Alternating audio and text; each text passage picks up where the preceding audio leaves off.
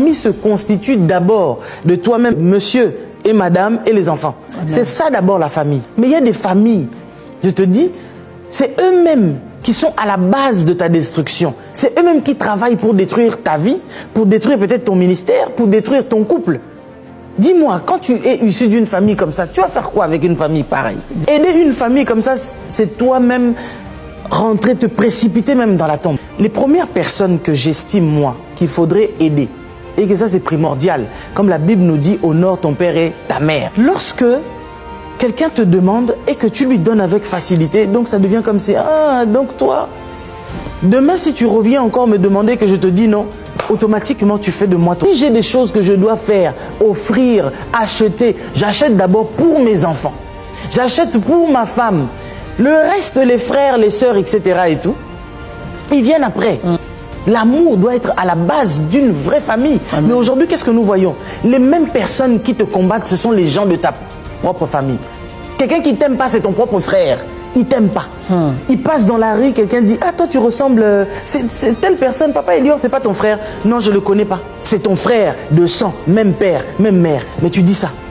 Un frère qui va passer sur les réseaux sociaux pour commencer à parler mal de son propre frère, à exposer son frère, avec tant de haine et de méchanceté, pour parfois quelque chose qui n'a même pas d'égard, pas de sens. Vous prenez vos histoires de famille, vous venez mettre ça sur la toile, pour que d'autres personnes qui sont extérieures à vos vies commencent maintenant à juger les problèmes de votre famille.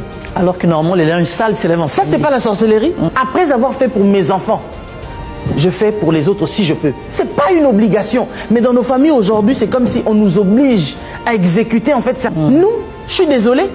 C'est vrai. Et c'est comme ça que certaines personnes vont jusqu'à peut-être te ravir tes propres biens, que tu as souffert pendant des années, à travailler de dur labeur. Et après, c'est la famille qui va venir bénéficier de tes biens et commencer à mettre tes enfants. Non, vous restez là-bas. La femme, toi, tu restes là-bas. C'est les biens de notre frère. C'est les biens de votre frère. Vous avez contribué à hauteur de combien? C'est les mêmes qui veulent te détruire. C'est les mêmes qui, ce que toi, tu as, eux, pour eux, ils estiment que c'est pas toi qui dois avoir ça, c'est eux qui doivent avoir. Mais les mêmes personnes, s'ils avaient ce que toi, tu as, ils ne t'aideraient pas.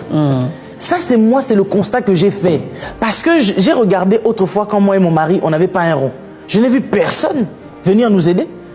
S'il y a quelqu'un qui nous aidait, c'était ma mère. Je te donne un. Ce que moi je garde pour moi, tu veux aussi prendre ce qui est à moi. Mais c'est quoi cette sorcellerie qu'on a dans nos familles africaines? Il faut qu'à un moment donné que ça s'arrête. Il faut proscrire ces choses-là pour que ça s'arrête. Si toi, papa, tu ne le fais pas, tes enfants vont peiner demain. Si maman, tu ne le fais pas, tes enfants vont peiner demain. Voir les gens mourir des AVC constamment et tout, à cause, pas des gens de l'extérieur d'abord, mais à cause des membres de leur propre famille. Mais non, ces choses-là, il faut que ça s'arrête.